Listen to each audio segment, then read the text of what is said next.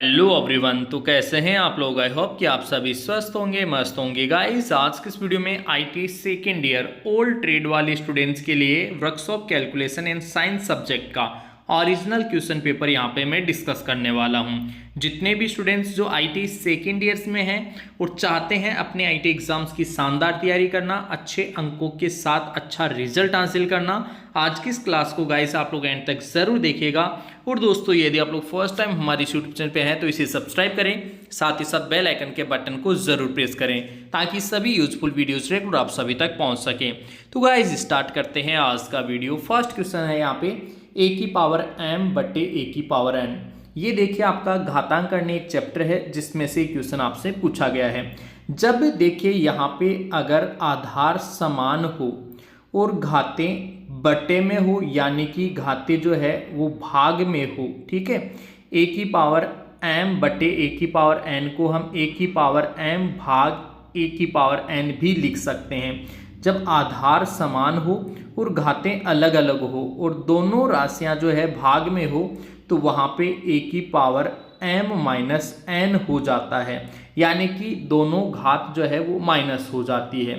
अतः इस क्वेश्चन का राइट आंसर हो जाएगा ऑप्शन बी। गाइस अगर यही क्वेश्चन मल्टीप्लाई में हो, यानी कि क्वेश्चन जो है वो कुछ इस तरह से हो ए की पावर m गुणा ए की पावर n, तो फिर वहां पे जो है राइट आंसर हो जाएगा ए की पावर m प्लस n, ठीक है, ए की पावर m प्लस n। हाँ, कभी कभार ऐसे भी क्वेश्चन पूछ लिया जाता है कि ए की पावर 0 हो तो क्या होगा, उसका मान हो जाएगा साथियों 1। किसी की भी पावर, किसी की भी घात अगर 0 है तो उसका मान 1 हो जाता है, ठीक है। हाँ, इसके अलावा देखिए अगर ऐसा लिखा हुआ हो a बटे b और होल ब्रैकेट पावर कुछ भी है n है तो ये हो जाएगा a की पावर n बटे b की पावर n। हाँ, इसके अलावा एक फॉर्मूला और मैं आप लोगों को बताना चाहूँगा। अगर ऐसा हो a की पावर m फिर ब्रैकेट बाहर हो n, तो यहाँ पे दोनों घात जो है वो गुणा हो जाती है a की पावर m गुणा n, ठीक है। इस तरीके से क्वेश्चन आप लोगों से पूछे जा सकते हैं। फिलहाल ये डिवाइड वाला था, भाग वाला क्वेश्चन था, इसलिए जो है दोनों घातें माइनस हो जाएगी। ऑप्शन बी इसका राइट आंसर होगा। चलो बढ़ते हैं इसके बाद में next question. Question number second में हमसे पूछ रहा है विकृति की इकाई क्या है। गाइस विकृति जो है ना वो होती है लंबाई में परिवर्तन, लंबाई में परिवर्तन, परिवर्तन, ठीक है, बटे लंबाई। अब देखो यार इस केस में क्या होता है, लंबाई में परिवर्तन बटे लंबाई। अब लंबाई में परिवर्तन को भी हम मीटर में ही मापेंगे, लंबाई को भी मीटर में ही मापेंगे, तो इसकी इकाई भी समान होगी, इसकी इकाई भी समान होगी। इकाई से इकाई कट जाता है, इसीलिए विकृति जो है ना, विकृति इसको हम इंग्लिश में स्ट्रेन बोलते हैं। इंग्लिश में क्या बोलते हैं, स्ट्रेन। इसकी कोई इकाई नहीं होती, नो यूनिट, इसकी कोई इकाई नहीं होती। ऑप्शन डी जो है इस क्वेश्चन का करेक्ट आंसर हो जाएगा। इसके बाद में देखिए क्वेश्चन नंबर थर्ड। ये तो बेसिक सा क्वेश्चन है और आप लोगों ने 8th क्लास में जब मैथ्स पढ़ी होगी उस मैथ्स के अंदर भी जो है ये फॉर्मूला आ जाता है, ठीक है। a माइनस बी का होल स्क्वायर आपसे पूछा गया है और इसका होल स्क्वायर होता है A square minus 2ab plus B square, A square minus 2ab plus B square. तो ऑप्शन डी में सही से लिखा हुआ है, ऑप्शन डी जो है इसका राइट आंसर हो जाएगा। ठीक इसी तरीके से अगर यहाँ पे प्लस हो तो फिर वहाँ पे जो है होल ब्रैकेट जब स्क्वायर ओपन करेंगे तो A square plus 2ab plus B square आता है, ठीक है। इस तरीके से अगर यहाँ पे प्लस हो माइनस हो तो फिर जो है ऑप्शन डी करेक्ट आंसर हो जाएगा। इसके बाद में देखिए next question number 4। Question number 4 बहुत ही बेसिक सा इजी सा क्वेश्चन आपसे पूछा गया है। साधारण ब्याज में प्रिंसिपल को किस तरह से निरूपित किया जाता है।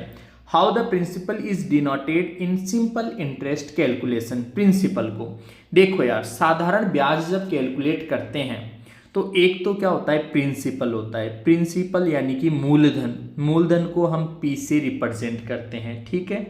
एक होता है रेट, रेट यानी दर, ठीक है, दर को हम आर से प्रदर्शित करते हैं, मूलधन को पी से प्रदर्शित करते हैं। एक होता है इंटरेस्ट जिसे हम ब्याज बोलते हैं, साधारण ब्याज। साधारण ब्याज जो होता है उसको हम आई से, सिंपल इंटरेस्ट, ठीक है, इसलिए आई से रिप्रेजेंट करते हैं। और एक होता है दोस्तों समय, जिसे हम टी या फिर एन से रिप्रेजेंट करते हैं। समय को हम टी या फिर एन से प्रदर्शित करते हैं। अब ये बोला है कि प्रिंसिपल को किस तरह से निरूपित किया जाता है। प्रिंसिपल को हम पी से निरूपित करते हैं। राइट आंसर हो गया अपना option B. Option B is the right answer of this question. ठीक है, चलो बढ़ते हैं नेक्स्ट क्वेश्चन है कौन सा प्राधिकरण दर मतलब जो भी इंटरेस्ट रेट वगैरह जो होती है वो, ठीक है, दरों की अनुसूची को प्रकाशित करता है।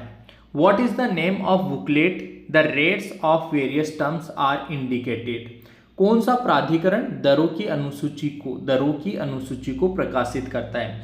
अब ये थ्योरेटिकल क्वेश्चन है, हो सकता है आप लोगों ने नहीं पढ़ा हो, बट गाइस ये जो है दरों की अनुसूची जो है उसको सरकारी विभाग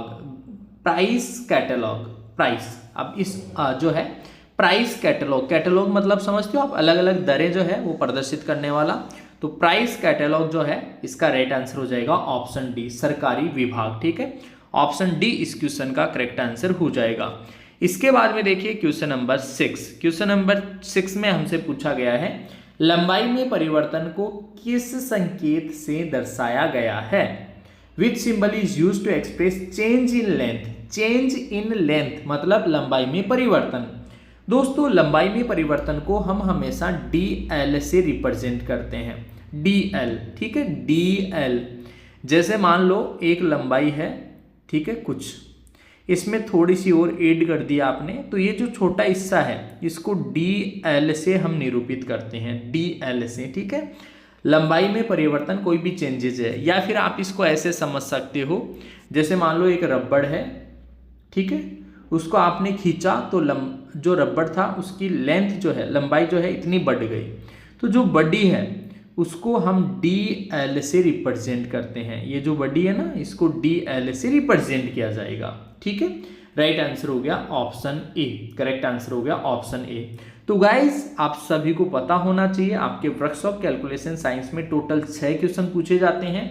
ये सभी 6 क्वेश्चन मैंने वही डिस्कस किए हैं जो आपके एग्जाम में पूछे गए थे। ठीक है, इसी तरह का आपका सेकेंड ईयर का वर्कशॉप कैलकुलेशन एंड साइंस का जो क्वेश्चन पेपर है उसमें क्वेश्चन आप लोगों से पूछे जाने हैं। हाँ, इसके अलावा बहुत सारे जो प्रीवियस ईयर्स के सॉल्व पेपर्स है वो इसी यूट्यूब चैनल के ऊपर मैं लेकर आऊँगा। इसके अलावा डेमो एग्जाम पेपर्स, इसके अलावा चैप्टर वाइज जो क्वेश्चन आंसर्स हैं उनका वीडियो लेक्चर्स जो है वो भी इसी यूट्यूब चैनल के माध्यम से मैं आप सभी को प्रोवाइड करवाऊंगा। तो गाइस आप लोग रेगुलर क्लासेस के लिए जो है जुड़े रहिए। हाँ, आज की इस वीडियो में इतना ही, मिलेंगे आपसे नेक्स्ट वीडियो में, तब तक के लिए आप सभी को बहुत बहुत धन्यवाद।